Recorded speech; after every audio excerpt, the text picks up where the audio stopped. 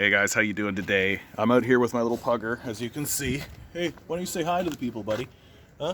Pug TV, Pug TV. I did a video today, and you know what? I'm just unsatisfied. I was unsatisfied with it. I posted it, and I just was like, I just didn't care for it. I didn't like it. I don't think I said anything false or untrue in it, but and it's got me thinking more and more about like dissatisfaction and this sort of disgruntled feeling that I think is becoming more and more apparent to everybody. And this alienation, alienation is the word, that we aren't, like, everything I do I'm so dissatisfied with, and I'm so dissatisfied with like even this channel that I'm talking to you guys on, right? Like I want to be creating like excellent content that people can look at and something that I can be proud of. And I have done work on here recently that I'm very proud of. I'm very proud of my stuff that I did on the Uyghur genocide. I'm very, very satisfied. But at the same time, I'm not satisfied. Like I'm not happy or content. And I worry that it's going to show in what I'm doing. And like, I have every reason to be happy with how this channel is going. This channel is growing. It's growing very quickly. And I keep falling into this place of like doom and despair and angst and anxiety that suddenly it's just going to completely collapse. And I'm just going to stop at the number that I'm at now. And I've been thinking that way since like 150 subscribers.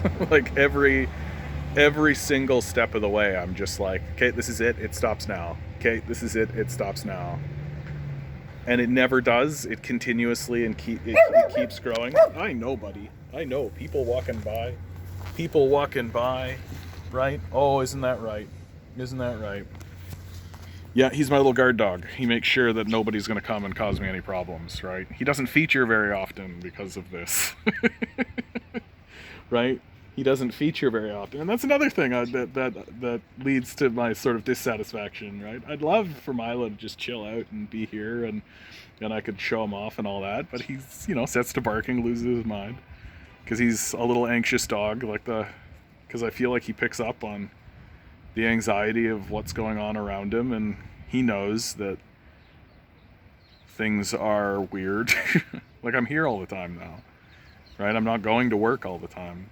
I'm here, and I think he picks up on my dissatisfaction and my anxiety, and he takes it out on the, strangers who walk by. Oh, isn't he the sweetest? Look at him. Look how sweet he is. Isn't he just the cutest guy? Oh, yes, he wants to come up on my lap, and I'm going to let him. Okay, buddy, come on up. Up. Yeah, there he goes. So now you guys are going to have a John and Milo feature, I think. What do you think? I need to get one of these selfie sticks so I can, like, way out in the distance, the shot. That's right. John and Milo reporting on the decline of civilization.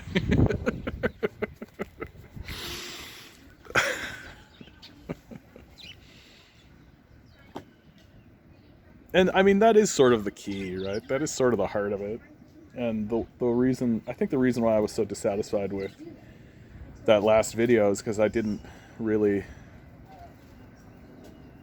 talk about it from a personal position. Like, I feel like there are a lot of people doing what I'm currently doing, talking about the world and talking about the decline of civilization. Of Western civilization and what it's like to be in an empire in decline, what it's like to be part of a place that's destroying itself. But I just don't think that there's always that sort of distance, right? There's a distance that people feel like they need to maintain. There's like a cleanliness that is presented that is sort of like a heritage of institutional news. That institutional news would have like people in suits, infographs up here. Look, a desk, right? Oh, look, there's a big set. and there was all this like display that was happening, you know, and that's starting to break apart. I can see it breaking apart. There are still people who are involving themselves in that procedure, like that sort of manufactured presentation of the news or of facts, that, oh, well, we've put so much effort into presenting these facts, so the facts themselves must have a certain level of veracity to them. And I just don't think I'll ever do that. I don't think I'll ever have the time or the desire or the effort. And I don't know, is that going to be successful? Is it going to be successful sitting here and just sort of talking about what I see in a very personal way instead of an impersonal way? And, you know, there's a great deal of fear for me that goes into that. Like, I have to make myself a person who is vulnerable to do that, right? Like, it's easier, I feel, to like the suit and the haircut and the set is a shield, right? It's a way for the spokesperson, the face of the news, to shield themselves, to present a false image of who they are. But I'm just here laying it out how I see it, and it's me. It's just me, you know? Like, I don't have a producer, I don't have any of that. Like, I don't have anybody feeding me information outside of my Patreon. But, by the way, if you're on my Patreon and you're feeding me that information, God bless your heart. God bless your heart. That's exactly what this sort of thing needs to be. It just needs to be like a collective effort of people sharing information and sending information down the pipe to get a guy like me actually reporting into the wider world, you know, because I'm willing to make myself vulnerable in the world, and I'm willing to do that. And I think that's where my value comes from, right? Like, that it's all well and good to get together with your buddies in the back of a bar and lay out some truths among each other, but nobody's gonna stand up and say it out in public, right? There's costs to doing that. There's costs to doing that. And my hope with this channel, my hope is that, like, right now I'm in a position where I don't have a job. I'm not employed by any corporate entity or anything like this. I'm just on my own, and I have my savings and the support systems that exist here in Canada, which eventually will run out. And so my hope is to use this period of time as a transition, right? To really push on what this channel is and what this channel is about, and to get into that threshold where I can actually start to monetize this channel and maybe use this channel as the method to continue doing the work that I want to do without allowing corporate enterprises outside of YouTube itself, which is a corporate enterprise, to affect that. And hopefully that transition can happen. But I have a lot of fear and anxiety surrounding that issue. Just like my little Milo has a lot of fear and anxiety about that issue, about the issue of people walking by. Right? Here's a good shot. I should use this shot. John and Milo reporting the news. And there's this section of myself that is just like, this can't possibly be successful, right? How could this possibly be successful? How could this possibly work? Nothing else in my life has worked. Why would this work? But it seems to be working. Like, it took me a year to get to 100 subscribers. It took me a month to get to 200. And it's taken me 1 week to get to 250.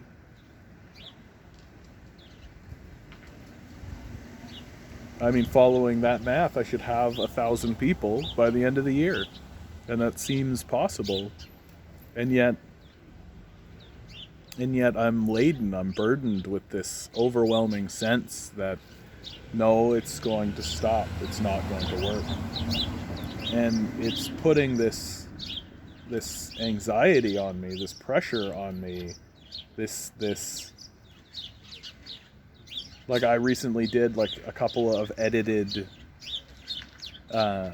actually edited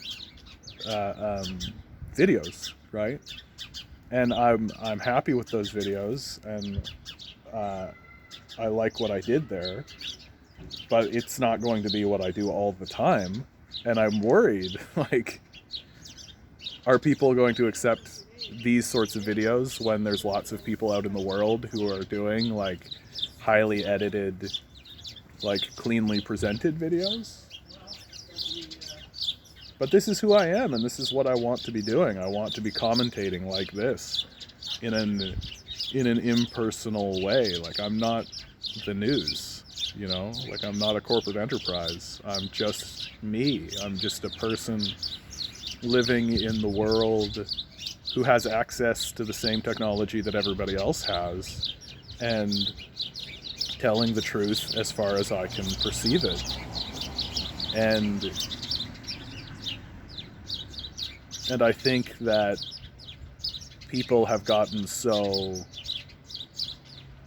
disenfranchised and disillusioned by official sources, by the corporate-owned news media, by the state-sponsored news medias, and independent journalists have been so dismantled and they don't exist anymore. There are no independent journalists. That's gone away for a large part. Like, you can't afford to have these people around. You can't afford to have these people around. They are. It's expensive to report the news. It's expensive to have somebody whose job it is to collect the information from their own neighborhood and then report on that information. Right? Like, it's expensive to have that happen. But if you don't have that happen, then it doesn't get done. And then you're ending up relying on big giant news conglomerates who own large segments of the news media in order to do it. And I can't tolerate that. I can't tolerate that at all. Like, it's such a crapshoot. Like, this idea that we live in like this free society where people can report on what they want. Like, what a total crapshoot. If it wasn't for YouTube, if it wasn't for like this digital era that we live in, we would be completely cut off from what the truth is. Like, I think about like the Uyghur genocide stuff that I've been reporting on, how it's CIA propaganda grift in order to influence public opinion, so that when America goes to war with China, we'll all go rah-rah and go along with it. Well, like, imagine living in a world where we didn't have independent journalists on the internet, on places like YouTube, on the Gray Zone, even Jimmy Dore, right? Imagine if we didn't have people doing that work, being like, hey, can we check the veracity of these sources? Right? Which is why we have this like constant pressure coming down the pipe to censor people, to silence voices, right? And especially within this last year, we've had lots of silencing of groups, silencing of organizations that are creating counter narratives to what the corporate state wants us to believe and wants us to go along with.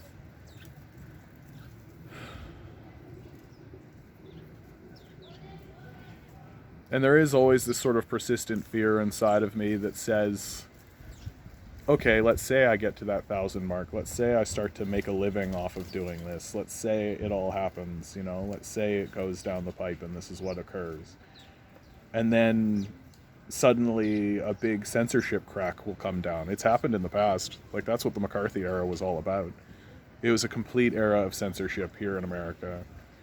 A full-throated assault against leftists, communists, socialists by far right-wing elements in the society. Like, it was a total assault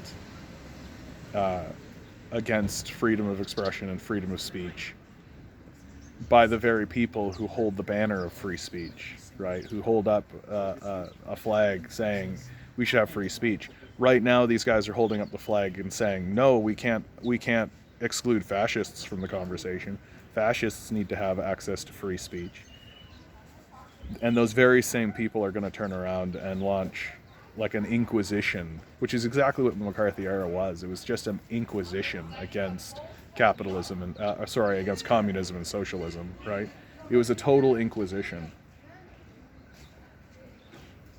And we're still feeling the effects of that, and it's still completely possible that we'll have another one, right? It's still completely possible. And so my fear is with this channel that I will start to get to a point where I'm being successful and I'm starting to join the people who I listen to, the people who I respect.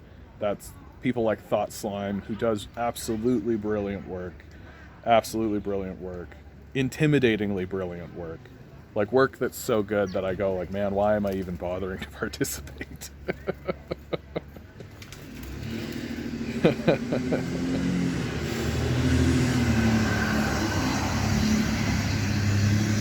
People like Bay Area 474, Bay Area 424. He's a guy who's literally like a masked vigilante. Like he wears like full scale like mask clothing to protect his identity and the identity of his family, as he tells the truth about what's happening in places like Venezuela and China and Ecuador, right across the world. And like, or Jimmy Dore, straight up. Like Jimmy Dore does really, really good work and brings together really powerful sources, right? People like Max Blumenthal, and then Matt Taibbi, and from Useful Idiots, and his partner. I'm forgetting her name. That's shameful. That's shameful. I'm forgetting her name. These are powerful sources and powerful people who bring together powerful ideas and are talking and are creating a sort of disorganized left, because each of them, just like me, are kind of separated in our own little isolated world, and we're not really organizing and talking with one another, which I think is the goal, finally, of the new left, to finally organize and figure things out for one another. Isn't that right, Milo? Isn't that right? Isn't that right? And I just want to be part of it. I just want to be part of it.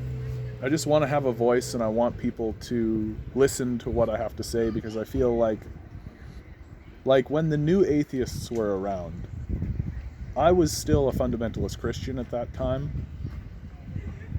And so my perspective would have been tainted by that fundamentalist Christian perspective, that evangelical Christian perspective, which has its failings, obviously. But I always had objections to the new atheists that were secular and real, right? Like Sam Harris, for God's sakes, was arguing in favor of torture, right? Like Sam Harris was, Christopher Hitchens was arguing in favor of wide-scale invasions. Like he was pro-Iraq war. And then I was saying about these guys things that have been borne true by history, right? Like the American military itself has come out and said, "What's up, buddy? I know. I let him down for 1 second. He starts barking at the first random thing he can because he's so dissatisfied." You don't need to bark at anybody, buddy. You don't need to bark at anybody. Leave the barking to me. I guess that's what I'm doing here, right? It's just barking. And like the U.S. military itself has come out against torture as an effective tool to gather information, right? Turns out that if you torture people, it confirms their belief that you are an evil organization set to destroy them. Who knew? And the invasion of Iraq has been is widely seen as at least a mistake, right? Instead, like I think the people who supported the Iraq War are morally repugnant, and if you're apologizing on the grounds that it was this tactical, strategic, military mistake instead of a total atrocity and abomination, I still think you're completely complicit. Like, I don't think we let these people off the hook. You don't get to say, like, oh, sorry, it was a mistake for our empire to do that. We should have done other things, instead of saying like, no, that was like a Holocaust level atrocity, a moral stain on America that will last for centuries, like slavery has lasted for centuries, right? And we're not doing anything to rectify any of that, because the empire doesn't care to rectify any of that, right? It just wants to move on, keep invading places, keep destroying places, keep enslaving people.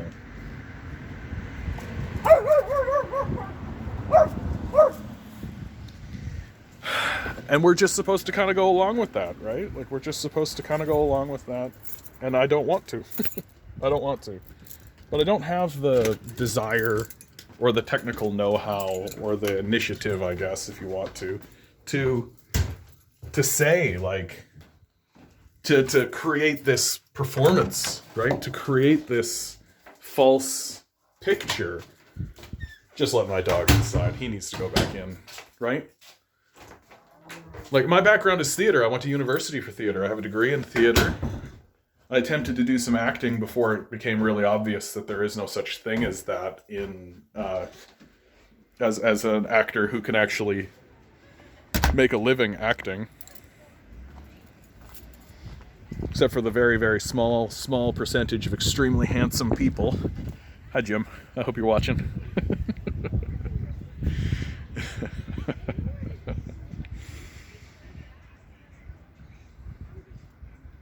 And, like, I'm aware of what it all looks like. I'm aware of what the presentation looks like and how much effort gets put into all of it. And I don't want to do any of it. I don't want to do any of it. Like, I'm willing to do, like, an edited video where I intersplice my commentary in between a video, because that's actually not that difficult to do. And sometimes it's just more effective to do it that way, to show somebody something and then, like, pause, deconstruct, and move forward. Like, that's something I'm willing to do, but I don't think I'm terribly willing to put on the song and dance.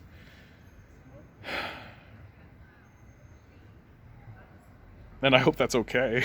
Like, I hope that's okay. That's who I am, and that's who I want to be. And that's what I hope this channel becomes as I do these sort of daily commentaries. And there are people like Hassan B is, like, literally, like, live streaming all day long. And I think about that, like, live stream all day long. Like, wow, what's that look like? What's that look like? I don't even know how to begin with that procedure, or begin with what any of that looks like.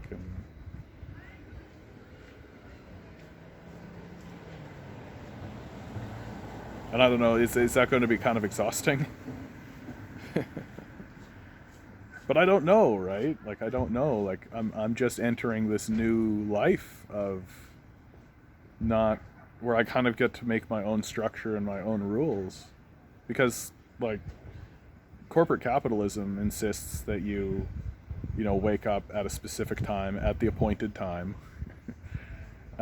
Make sure you try to take care of yourself in the morning, get some food, all that kind of stuff. Prepare for your 8-hour day, where you do the work that they tell you to do, and then you go home and recover from that. And within that confined kind of thing, like, doing a 15-minute, half-hour long video daily was not actually that well, it wasn't that difficult, but it was all I could do. It was all I could do. And now I'm starting to see, like, oh, I've actually got quite a lot of time. Like, I can do a lot more. And maybe I just need to start setting myself up and setting my life up to be able to do more than I actually am doing. And maybe I should start to do, like, a live stream, and maybe I should start to involve myself more in that kind of idea. Because that sort of does align more with what I want to do and what I want to be or achieve.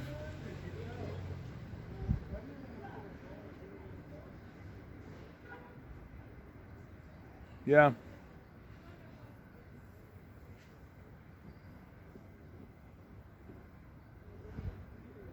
because I've been saying it over and over again, right? We need people to do this work, right? And it is work.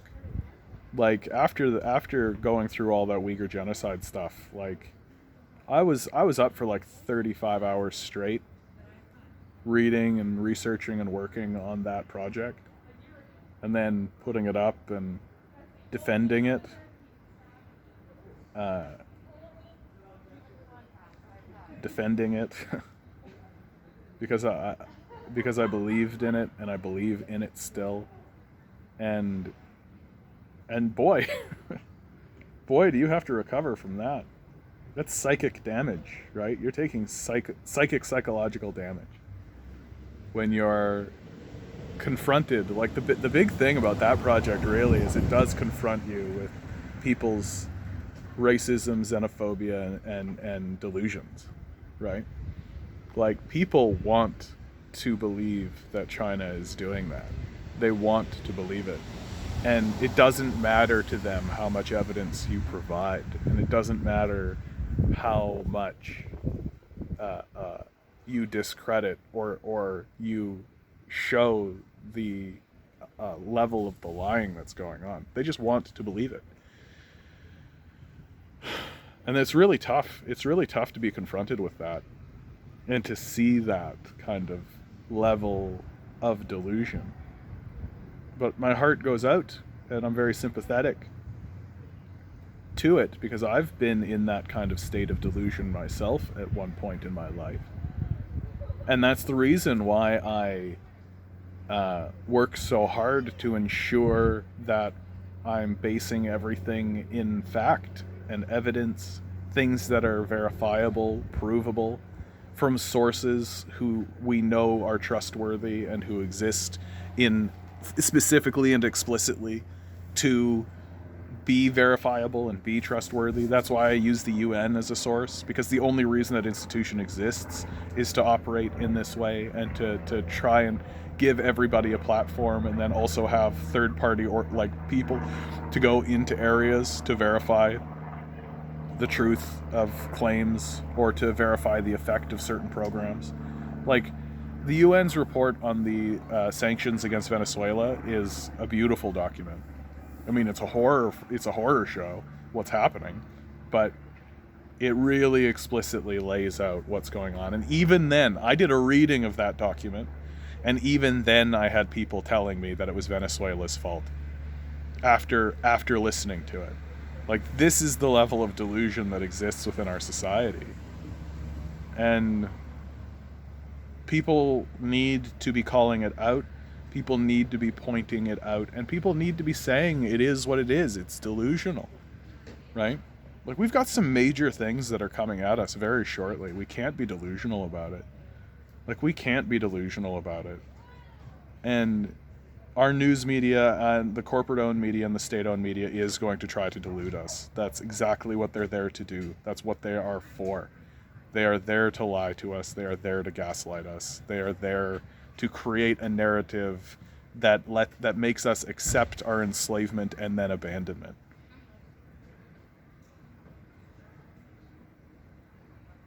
And so we need people like me who are actually calling it out, at least creating a counter narrative for as long as we're permitted to do so, which might not be very much longer. All right, guys, I have run out of time. If you've made it to the end of this video, you have to subscribe. That, I think, is interstellar law. I think it's interstellar law. You've made it to the end of this video. They're not all personal like this. I don't lay it out for myself and my own thoughts of myself. I like to do this, though, just to show people, like, that critical eye I take to the world, I take to myself as well. Yeah, like it, share it, do all the things, right? That's the like button. Tweak, tweak, tweak, tweak, tweak, tweak, tweak, tweak, tweak. My Patreon's below. I could use a buck. Good luck out there, guys. Yeah, good luck out there. We're gonna need it.